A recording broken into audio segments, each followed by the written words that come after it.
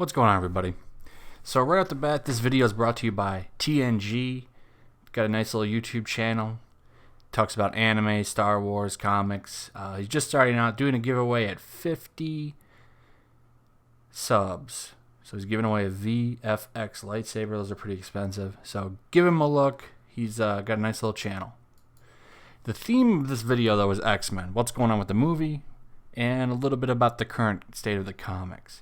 The reason I want to talk about the movie is because I think there's a lot to talk about here in terms of what's going to happen to the X-Men, particularly the X-Men franchise that's already been established once Disney completely takes over. I came across some videos that were saying, is X-Men Dark Phoenix canceled? Are the New Mutants canceled? I think without a doubt, a lot of movies are canceled. I think Gambit, that's canceled for sure. Anything that was in the pipeline, that's gone. Now, I think they kept working on those because if Comcast was going to take over, a lot of those movies would still get the light of day.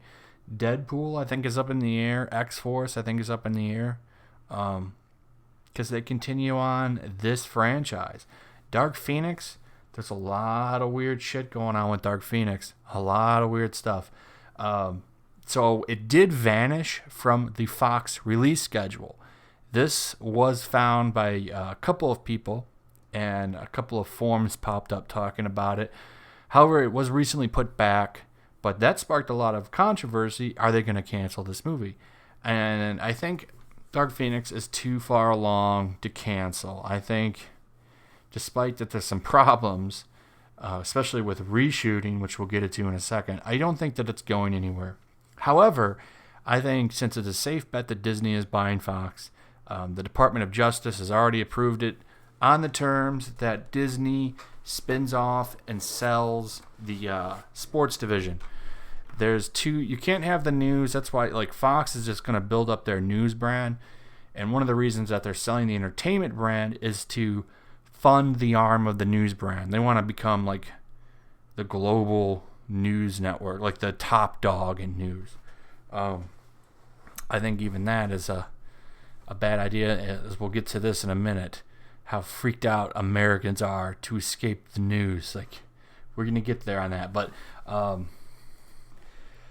as far as Fox goes, I think you're going to see a lot of these franchises go the way of cancellation, except for this one. New Mutants might even be canceled. I don't know how far along that is in production, but I think that you'll see that maybe be a direct-to-DVD type movie or digital.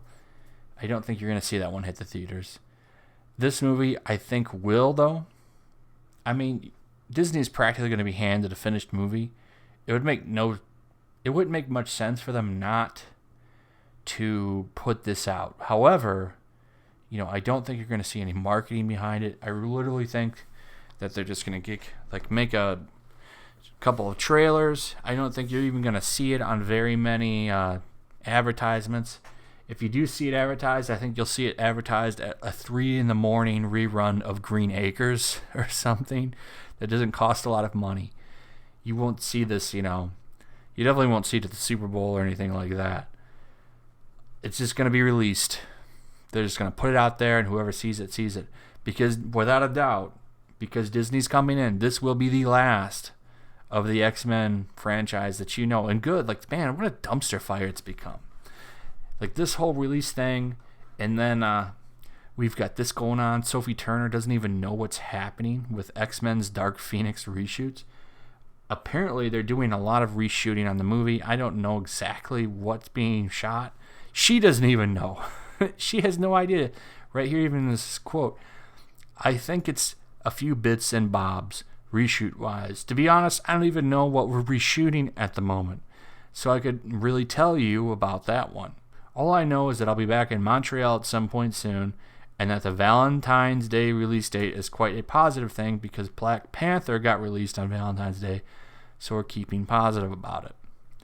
I think that that's a far-fetched, though, Sophie, considering that movie received a lot of marketing and was actually a pretty decent movie. Anytime you see a movie that's plagued with reshoots, there's always a big issue. Deadpool got a lot of reshoots. I don't think that movie turned out very well. Off the top of my head, I can't think of another one that had a lot of reshooting that was pretty bad. Solo, actually, yeah, that got a lot of reshooting. I hear that was terrible. It's never a good sign when you hear about reshoots. That usually means that screen testing went terrible. They had a complete movie. They put it up into a screen test. You know, you have people from a mall come in and they'll check it out. And that probably went terrible. That's what happened with Deadpool 2. I remember a couple of months ago, I want to say back in when was that? January, maybe? People were saying, ooh, the screen testing for this movie was terrible. And sure enough, at least in my opinion, I thought the movie was slow and boring. Seriously, the middle of that movie dragged completely. So, we'll see. As far as this movie being canceled, I don't think that's going to happen. I just don't think that Disney's going to market it. They're going to put this movie out real quick, make whatever the hell they can make on it, dollar-wise, and then you are going to see a retooling of the MCU to bring in mutants. I don't know exactly when they will, but I think that that's a far-gone conclusion. And hopefully, this will move the X-Men comics into a better direction, but not in this direction. So I saw this article, Why X-Men Red is the Comic to Read This Summer, which is laughable to me, considering how terrible it is. You've got to be a super far leftist person, I think, to enjoy this comic, or someone that's obsessed with politics, because that's all this book is. Even in this comment right here, I thought was really funny. Red Team member Tenaria, a technopath, tells the group about the uptick of half-truths and false narratives that are being spread on news media and social media to further stoke the hatred for mutants within society at large. There is a nod to the United Nations investigation, citing the social media platform Facebook as it was utilized to fuel further hatred towards Muslims and Menarir via spreading misinformation and hate speech. Alum X-Men member Remy LeBeau, aka Gambit, used his kinetic powers to disrupt a mutant hate rally in Louisiana, where anti-mutant bigots were protesting with tiki torches. I'm sure folks can guess what that's a nod to. You mutie! Mutie! In X-Men Red issue 5, we see Poland pass a new law for the detainment of all mutants in the country. Luckily for the mutant population that fled their homes, Jean and the X-Men were able to save them and grant them sanctuary at their base of operations in Atlantis, home of King Namor. This issue was planned months in advance, but who could have guessed that at the time of its release, we'd currently be seeing a sharp increase of detainment of Latinx families. I hate that Latinx word. Latinx families seeking asylum in the United States. Oh, Tom Taylor knew. X-Men Red, if you didn't guess by this little reading, is completely fueled by politics. It's one of the most political, far left books on stands. And when it originally dropped at issue 1, it was really big. It was 100-something thousand. It's been steadily decreasing. I think at issue 4, we were at 40,000. I think issue 5 will see a drop down to maybe 35. And you're going to start seeing this book lose more and more sales. There's a lot of weird things going on in this book. You've got a 7-year-old girl exploring her sexuality. That's just strange. You've got this chick right here. She was in jail for fighting the pay gap. You've got Nightcrawler eating racist hot dogs. It's a really weird book. I don't see it. I don't see it going on as is. I'd love to see this whole line get rebooted. Maybe be a little bit more subtle in its messages and just being a fun, uncanny X-Men book. Put Donny Cates on it or something, please. But I just find all of this funny, considering I came across this, which I'm going to probably do a whole video on. It's a really good article about freaked out Americans desperately seeking to escape the news. And so much, in fact, that the film about Fred Rogers, is a documentary, the beloved figure of an American childhood, has made $4.9 million at the box office since it opened on June 8th, more than 20 times the typical haul for a documentary. In reviews, director Morgan Neville paints the documentary success as indicative of our times. We're in this period in our culture where I feel like nobody wants to be an adult anymore. Yeah, that's true. Neville told Deadline, a character like Fred takes us back to how we should treat each other. Yeah, it would be nice, but everybody's so divided. It's kind of a big problem. Last fall, the American Psychological Association found that almost 2/3 of Americans listed the state of the nation as their primary source of stress, above both money and work. Now that's really interesting.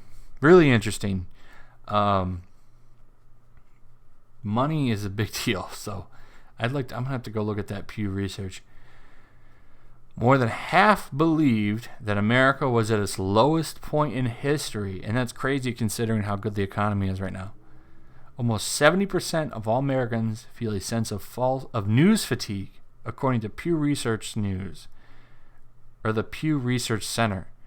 The nation's emotional exhaustion makes an appearance in the recent Enterprise Rent-A-Car survey when the company surveyed more than 1,100 Americans about their summer travel plans.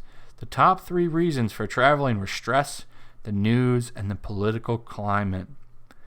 Just this morning, I had a guy come in who was so distracted by the news that he couldn't even get his work done, said Jonathan Alport of the New York Psychologist. The levels of anxiety and stress I'm seeing are profound. And I think that's a good way to leave it as far as with what's going on with X-Men Red. Please stop making these comics so political. I don't want to read them. A lot of people don't want to read this shit. Stop giving us so many politics. But anyway, that's it. Just want to do an X-Men type video, talk about my thoughts on what's going on with the X-Men movies and this article, which could probably get its own video, but I don't know. Either way, check out the Patreon, considering that I'm unmonetized and YouTube has put me in some kind of super further review, which has no timetable, which means they could just leave me in a state of limbo and walk away. So, girl had a little bit of wrong thing, I guess, in a couple videos. I've been deemed unmonetizable for the extended future. So, thank you to all my Patreons like TNG. Check out his channel. He's got a nice little channel. And like, subscribe, leave a comment below. Let me know what you think about this Dark Phoenix mess. Let me know what you think about X-Men Red. Let me know what you think about this. Are you sick of the news? I'm sick of seeing 10 people freak out on panels and scream and yell at each other. That's not the kind of news I'm interested in. So anyway, that's all I got. I'll see you guys on the next one.